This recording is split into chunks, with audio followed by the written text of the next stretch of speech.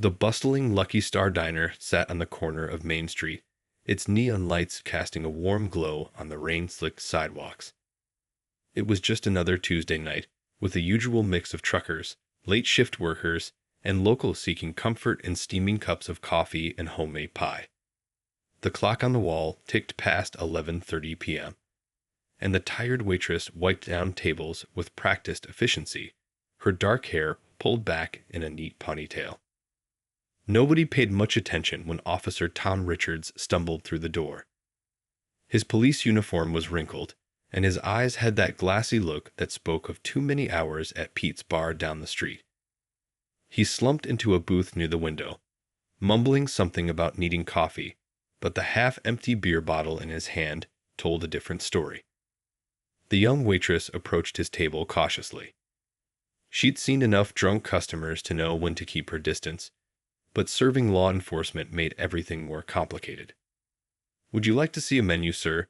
she asked softly, maintaining a professional smile despite her growing unease. Richards looked up at her, his face twisted in a sneer. "Aren't you that girl who filed a complaint against my buddy last month?"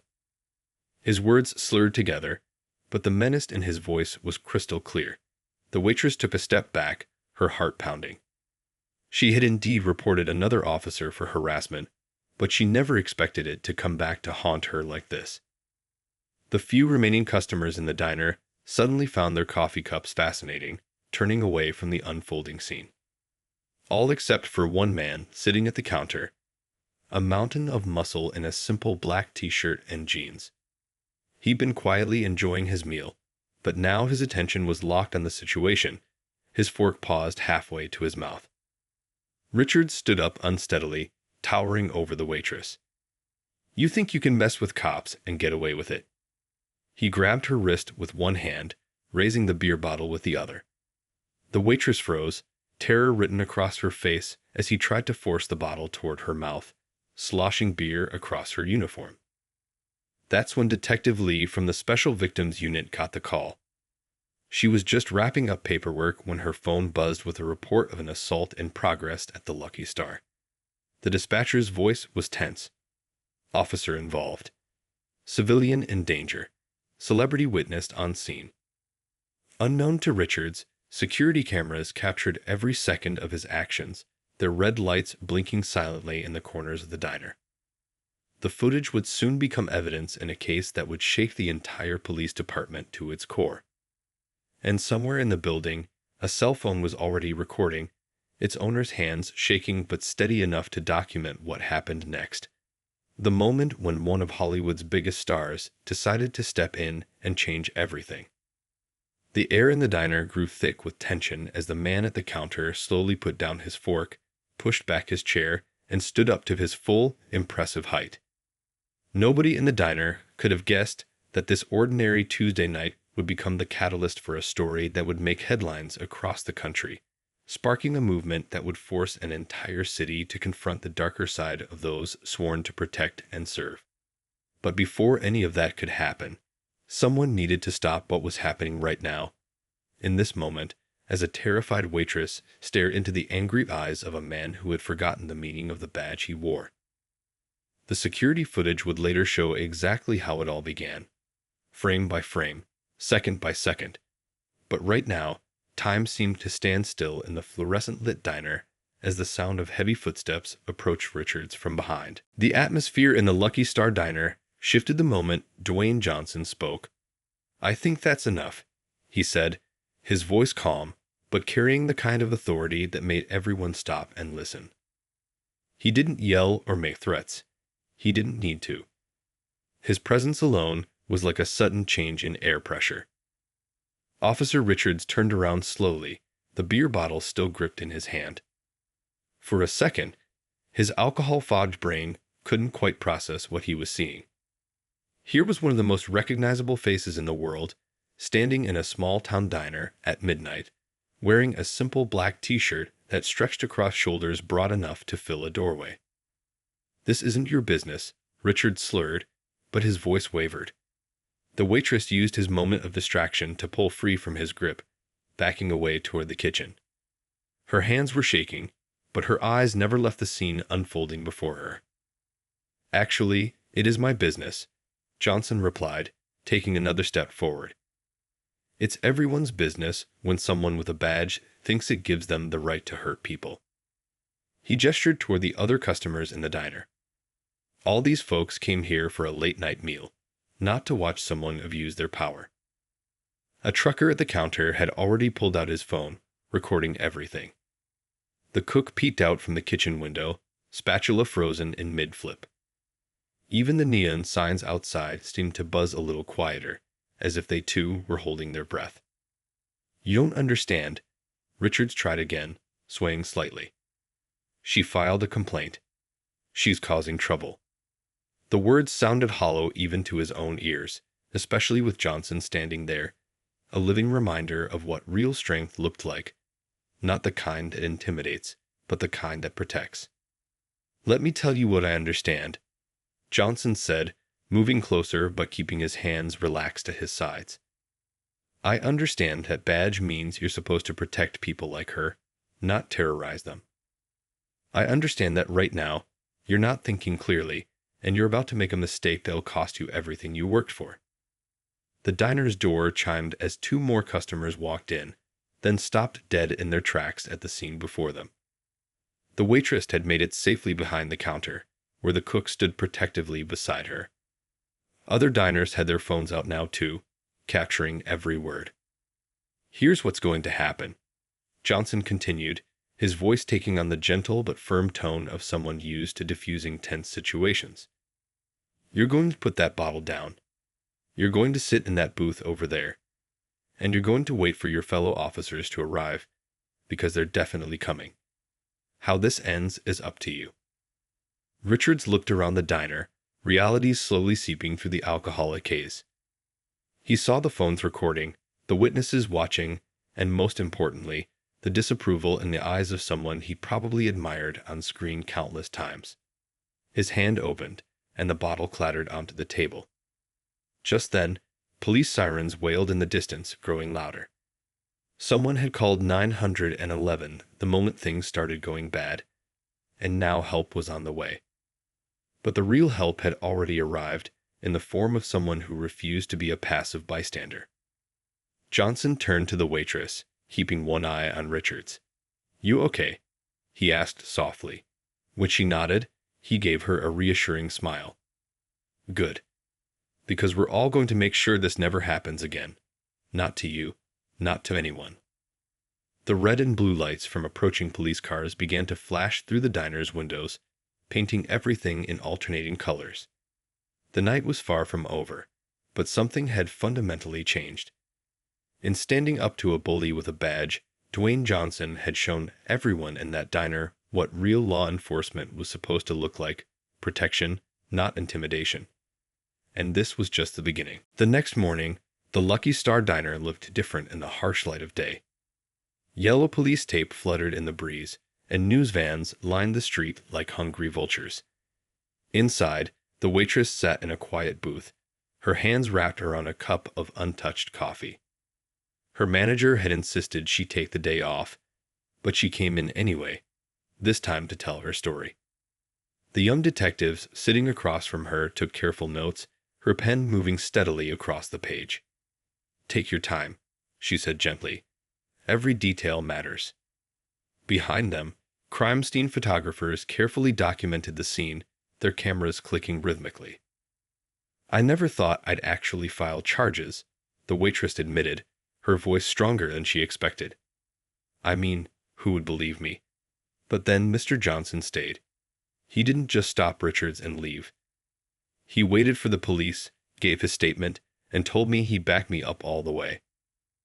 Outside, reporters clustered around the diner's entrance, hoping to catch a glimpse of anyone involved in last night's incident.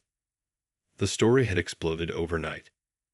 Cell phone videos from multiple angles had already hit social media, showing the confrontation in vivid detail. But it wasn't just another viral video. This one had touched a nerve. The police chief called an emergency press conference that morning, his face grave as he addressed the cameras. "What happened last night goes against everything we stand for," he declared, sweat beading on his forehead. Officer Richards has been suspended pending a full investigation, and we are reviewing all previous complaints filed against him. Back at the diner, the cook who had witnessed everything was showing the detective something on his phone. "I've been working here 5 years," he said, scrolling through his camera roll. This isn't the first time Richards has caused trouble. "Look, I took these pictures 3 months ago when he harassed another customer. Nobody did anything then. We were all too scared." The door chimed, and heads turned as Dwayne Johnson walked in, wearing the same black t-shirt from last night. Camera flashes erupted outside, but inside, there was just quiet respect. He made his way to the waitress's booth, pulling up a chair. "How are you holding up?" he asked, his concern genuine. The waitress managed a small smile, stronger now with her unexpected ally beside her. Johnson turned to the detective. "I've already called my lawyer. She's one of the best civil rights attorneys in the country, and she's flying in this afternoon. Pro bono." The detective nodded, adding this information to her notes. More than just a celebrity intervention, this was becoming something bigger. Throughout the morning, her phone hadn't stopped buzzing with messages from other officers. Good cops who had witnessed Richards's behavior over the years but felt powerless to speak up. "People keep asking me why I got involved," Johnson said, addressing both the waitress and detective. "But the real question is, how could anyone not? When you see wrong being done, you don't just walk away. That badge is supposed to mean something. It's supposed to protect people, not scare them." The waitress straightened in her seat, finding her voice. "I want to tell my story," she said firmly. "Not just for me, but for everyone else who's been afraid to speak up. Mr. Johnson showed me that sometimes all it takes is one person willing to stand up, and others will follow." As if on cue, the diner's door opened again. A young woman walked in, tears in her eyes but determination on her face. "I saw the video," she said. "Officer Richards did the same thing to me last year at the bar where I work. I want to make a statement too." The detective pulled out a fresh page in her notebook, and Johnson moved to offer the newcomer his seat. Outside, more news vans were pulling up, but inside the diner, something more important was happening. A wall of silence was crumbling, one voice at a time. The morning light streamed through the windows, catching the badge on the detective's belt. For the first time in a long while, that badge seemed to shine with its original purpose, not as a symbol of power, but as a promise to protect. The police station buzzed with unusual activity as more officers stepped forward to break their silence. In the break room, a young officer stared at his coffee cup, his hands shaking slightly as he spoke to the internal affairs investigator. "I saw Richards rough up 3 different people last year," he admitted. "I wanted to report it, but you know how it is, or at least how it was." Down the hall, the police chief sat in his office, surrounded by stacks of complaint files that had mysteriously resurfaced after being lost in the system. His phone wouldn't stop ringing. Reporters, city council members, and even the mayor wanted answers. On his computer screen, the video from the diner played on loop, a constant reminder of how things had spiraled out of control.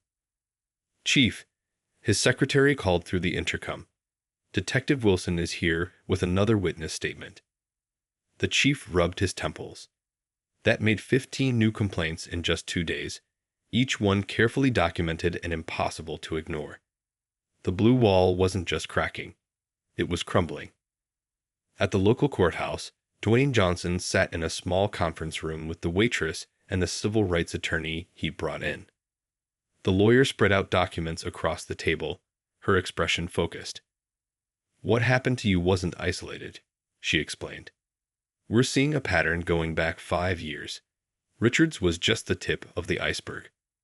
The waitress picked up one of the statements, reading it carefully. "I remember this incident," she said quietly. "The woman who came into the diner yesterday. This is her original complaint from last year. It was marked resolved, but nothing ever happened." Johnson leaned forward, his presence filling the room without overwhelming it. That's why we're not just going after one bad officer, he said. We're looking at the whole system that protected him. But we're also going to highlight the good cops who found the courage to speak up. Outside the courthouse, a small group of officers had gathered, not to protest, but to show support. They wore their uniforms proudly, standing with signs that read, "Good cops support good policing," and "Protect and serve means everyone." Their presence sent a powerful message. Change was possible from within. Back at the station, Detective Wilson sat across from another officer who'd come forward. "I remember my first year on the force," the officer said, his voice steady despite his obvious nervousness. "Richards told me to turn off my body camera during certain calls. Said it was just procedure.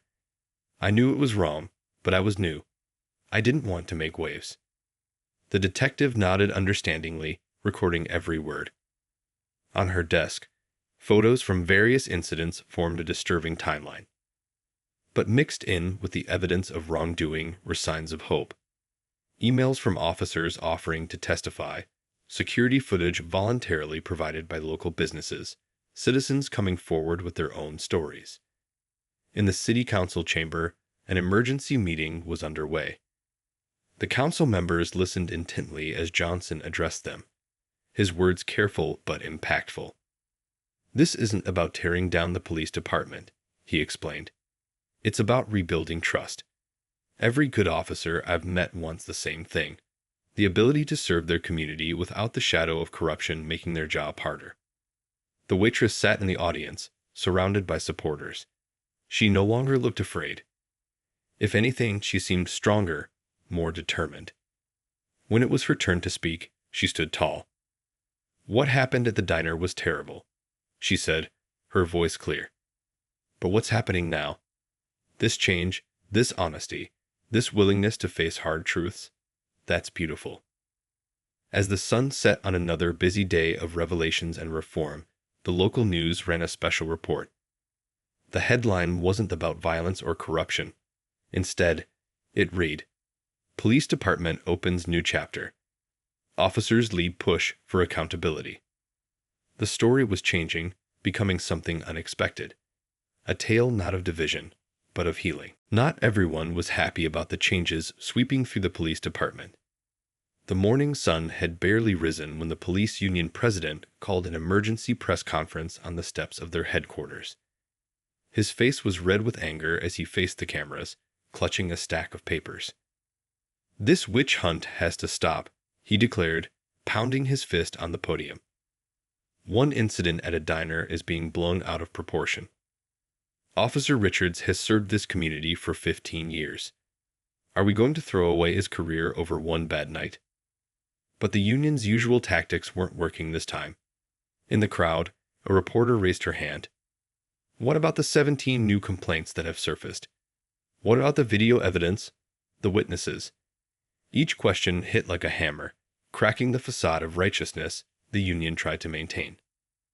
Meanwhile, at a small coffee shop across town, Dwayne Johnson sat with a group of reform-minded officers. Steam rose from their cups as they talked quietly, but intensely about changes that needed to happen. "Look," said one veteran cop, spreading out a training manual, "this is where it starts. Our training teaches control through fear. We need to focus on building trust instead." The waitress from the diner had joined them too, no longer just a victim, but an active voice in the conversation. "I used to be scared whenever I saw a police car," she admitted. "But sitting here, talking with all of you, I'm starting to see how things could be different." Back at the station, the internal affairs team had taken over the largest conference room. Photos and documents covered the walls, creating a timeline of not just Richard's misconduct, but a whole system that had protected him. An investigator stepped back, shaking her head. "The union's trying to paint this as one bad apple," she said. "But these documents tell a different story." The police chief, who'd initially seemed overwhelmed by the scandal, found unexpected strength in facing the truth. He called a meeting with his command staff, spreading out proposals for new accountability measures. "We're not just fixing what happened at the diner," he announced. We're fixing everything that led up to it. Outside, protesters had gathered, but not the kind anyone expected. These were families, business owners, and even off-duty officers, all carrying signs supporting police reform. "My brother's a cop," one woman told a reporter, "and he's been waiting years for someone to finally stand up and say enough is enough." The union's attempts to discredit the witnesses backfired spectacularly. When they tried to dig up dirt on the waitress, they found instead a model employee with glowing recommendations. When they questioned Johnson's involvement, public support only grew stronger. People saw through their tactics, recognizing them as the same old methods that had kept bad officers protected for years. In the district attorney's office, prosecutors worked late into the night, reviewing case files. "It's not just about charging Richards," the lead prosecutor explained to her team. "We need to look at every case where complaints were buried, every incident where witnesses were pressured to stay quiet." The waitress's phone buzzed with a text from Johnson. "How are you holding up?" he asked. She smiled, looking around at her apartment walls, where she'd pinned up encouraging messages from supporters. "Stronger every day," she replied. And it was true. Each attempt to silence her only made her voice louder. As evening fell, the union president sat alone in his office, staring at mounting evidence he couldn't explain away. On his desk, resignation letters piled up from union members who no longer wanted to be part of a system that protected abusers.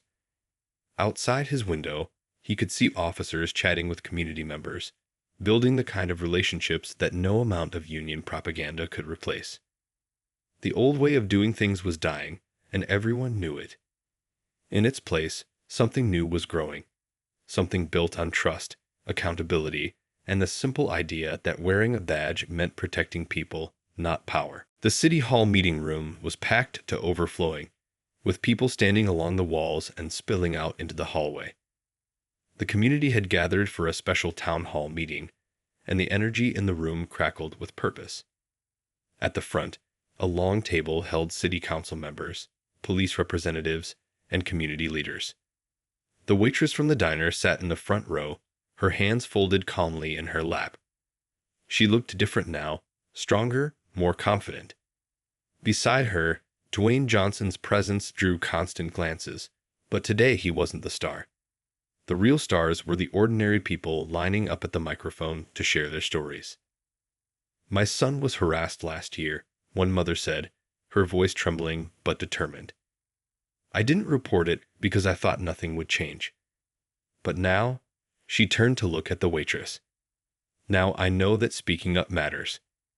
The police chief stood up to address the crowd, his uniform crisp, but his demeanor humble. "We've spent the past week reviewing every complaint filed in the last 5 years," he announced. "What we found—" He paused, swallowing hard. "What we found was unacceptable. But today isn't about making excuses. It's about making changes." He unveiled a new community oversight board, not just another toothless committee, but one with real power. Half its members would be civilians, including the waitress who'd sparked this revolution. The other half would be a mix of officers and legal experts, all committed to transparency. In the back of the room, a group of rookie officers watched intently. One leaned over to whisper to another, "This is why I joined the force, to actually help people." Around them, veteran officers nodded in agreement. The old guard was changing, making way for a new generation that saw accountability as strength, not weakness. Johnson stepped up to the microphone, but instead of speaking, he invited the young woman who'd been the second to come forward with her story about Richards. Her voice shook at first, but grew stronger as she spoke. "When I saw that video from the diner, I felt something I hadn't felt in a long time. Hope.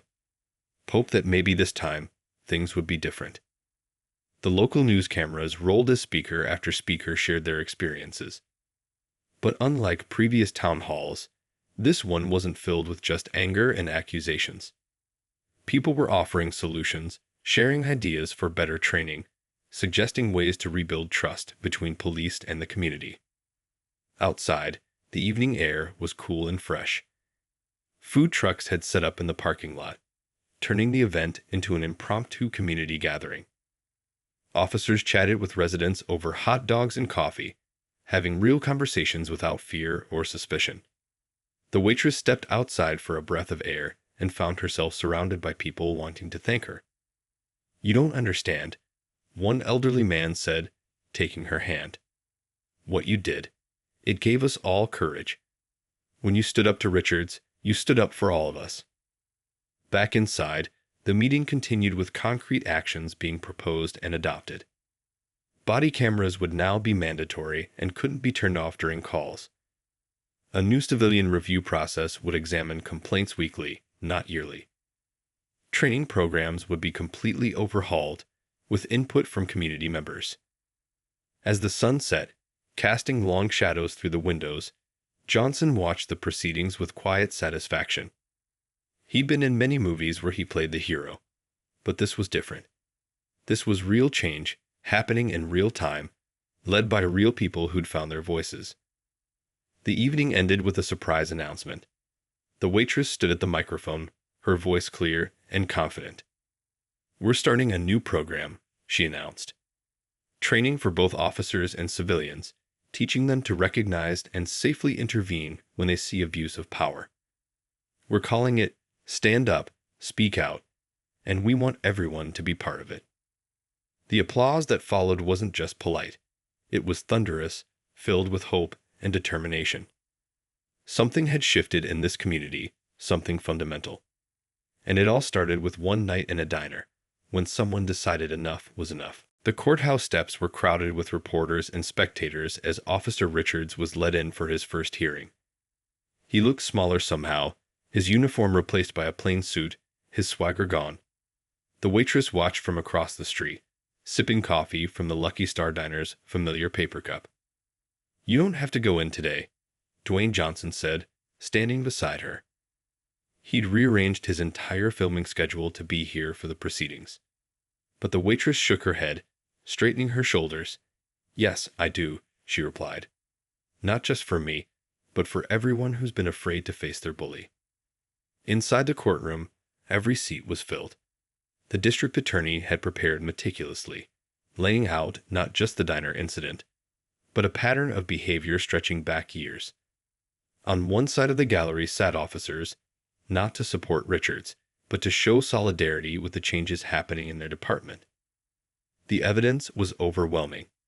Security footage from the diner played on the courtroom screens, showing Richards' actions in stark detail. But it wasn't just the video that damned him.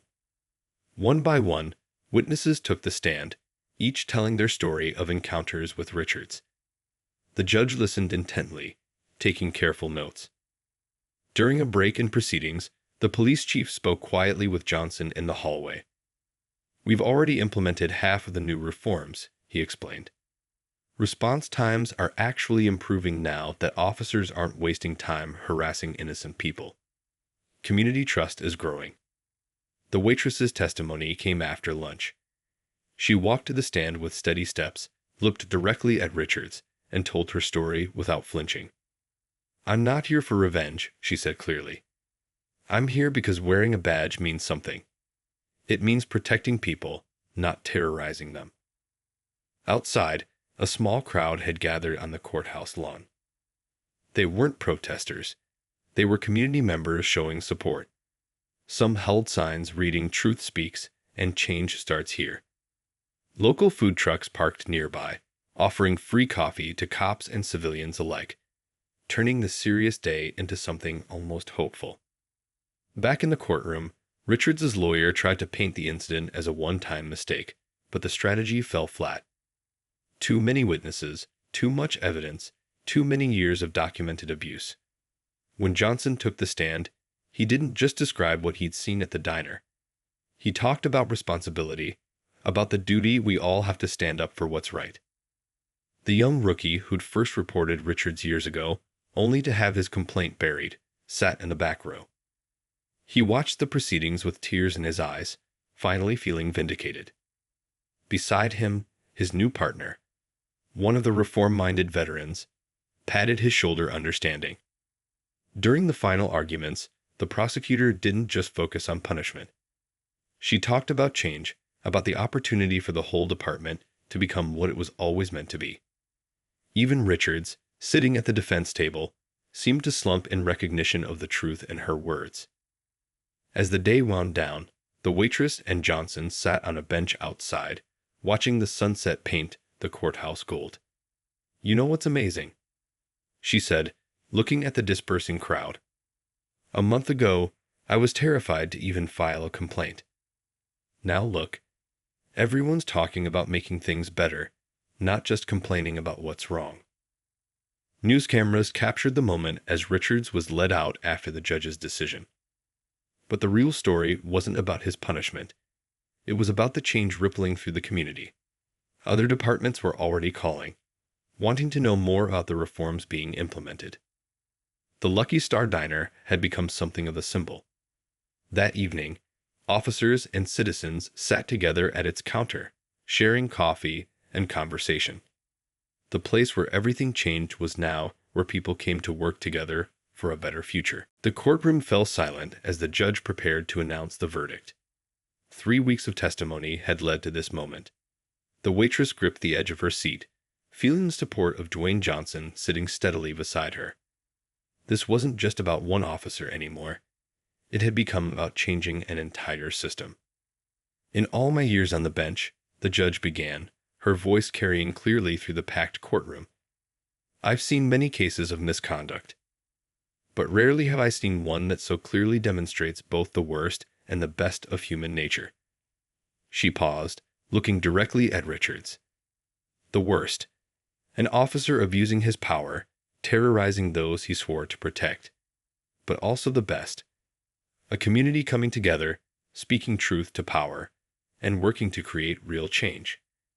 She lifted her written decision, pages filled with careful consideration of every piece of evidence. The verdict came down like a thunderbolt. Guilty on all counts. Richards would lose his badge, face jail time, and have to make restitution to his victims. But the judge wasn't finished. She turned to address the entire courtroom. "What happened at the Lucky Star Diner that night was terrible," she continued. "But what happened afterward? That's the real story here. When Mr. Johnson stepped in, he didn't just stop one act of violence. He showed us all what it means to be a true citizen, someone who doesn't look away when they see wrong being done." Outside the courthouse, reporters crowded around the steps, but they weren't just looking for sensational headlines. They wanted to know about the changes already taking place in the police department. The new training programs, the community oversight board, the way officers and citizens were working together. The police chief stood at the microphone, looking more energized than he had in years. "This verdict isn't the end," he announced. "It's just the beginning. We're completely rebuilding how we train officers, how we handle complaints, how we interact with our community. And we're doing it together." Back at the Lucky Star Diner, the staff had set up a small television to watch the verdict. When it was announced, spontaneous applause broke out.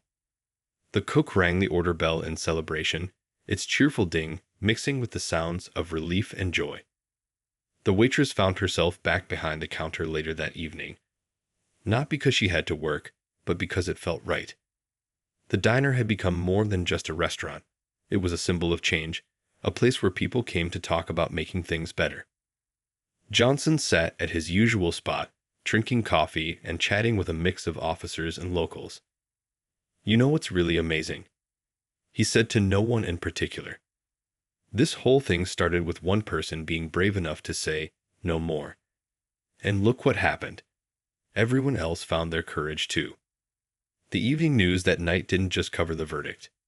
They talked about the ripple effects spreading to other cities. Police departments across the country were reaching out, wanting to learn about the reforms.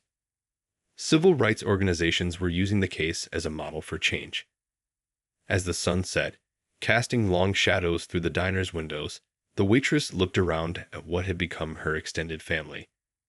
Officers who'd once looked the other way now sat openly discussing how to be better at their jobs.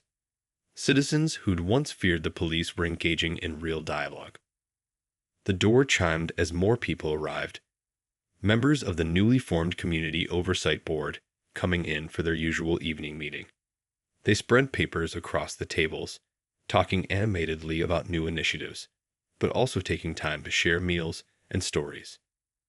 "You know," Johnson said to the waitress as she refilled his coffee, "in Hollywood, we try to tell stories that inspire people. But what happened here? This is better than any movie.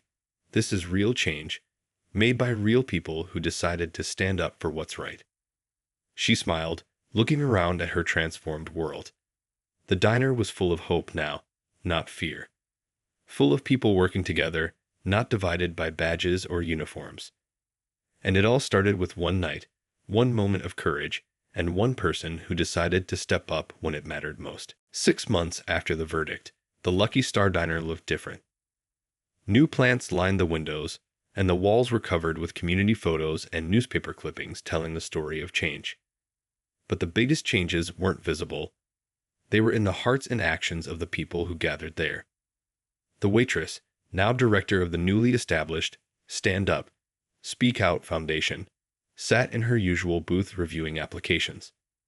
The foundation, funded initially by Dwayne Johnson and now supported by nationwide donations, helped victims of power abuse and trained people to intervene safely when they witnessed wrongdoing.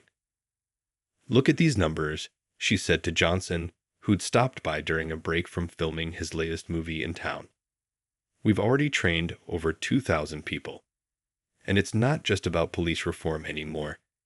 People are using our methods to stop bullying in schools, workplace harassment, everything." The police department had transformed too. The new chief, a reform-minded officer who'd been one of the first to speak up, had implemented changes that were making headlines across the country. Body cameras were now standard, with footage regularly reviewed by the Community Oversight Board. Complaint files were public records, easily accessible online. "Remember how scared everyone used to be when cops walked in?" the cook called from the kitchen. "Now look." He nodded toward a group of officers having lunch with local teenagers, all laughing together over milkshakes. It wasn't just for show. These meetings happened naturally now, part of the new normal. The diner had become a sort of unofficial community center. One corner was dedicated to a resource wall, where people could find information about their rights, local support services, and upcoming community events. Even the menu had changed, with items named after key moments in their story of transformation. Johnson picked up the menu, chuckling at the Justice is Served breakfast special. "You know what amazes me?" he said to the waitress. "Hollywood's always trying to tell stories about change, but real change. It happens in places like this, with people like you." Outside, a tour bus slowed down as it passed the diner. It had become a regular stop on the city tour, not for its famous visitor that night, but for what the place represented. Tour guides told the story of how one brave person, backed by someone who cared, had sparked a revolution of kindness and accountability. The old union president, who'd fought so hard against the changes, now sat at the counter most mornings. He'd had a change of heart after his own granddaughter shared a story of being harassed by someone in power. Today, he was one of the foundation's strongest supporters, sharing his experience of learning to put people before power. As evening approached, the diner filled with its regular crowd, a mix of officers, activists, community members, and curious visitors. They all came for different reasons, but they stayed for the same one: hope. Hope that what happened here could happen anywhere. The waitress stood at the front counter, watching her transformed world. A rookie officer caught her eye and smiled. He was part of the new generation, trained under the reformed system. His badge shone in the diner's lights, but it wasn't the shine of power anymore. It was the shine of protection, of service, of trust rebuilt. "You did this," Johnson said quietly, standing beside her. But she shook her head. "We all did this," she corrected. "Every person who spoke up, every officer who chose right over wrong, every community member who decided to be part of the solution." As the sun set on another day at the Lucky Star Diner, Its neon sign glowed like a beacon in the growing dark. But it wasn't just serving food anymore. It was serving hope, one story at a time, to anyone who walked through its doors looking for proof that change was possible. The legacy of that one night, when a waitress found her courage and a movie star chose to stand up for what was right, lived on in every smile, every conversation, and every small act of kindness that filled the diner. It wasn't the end of their story. It was just the beginning of a new chapter, written by ordinary people doing extraordinary things.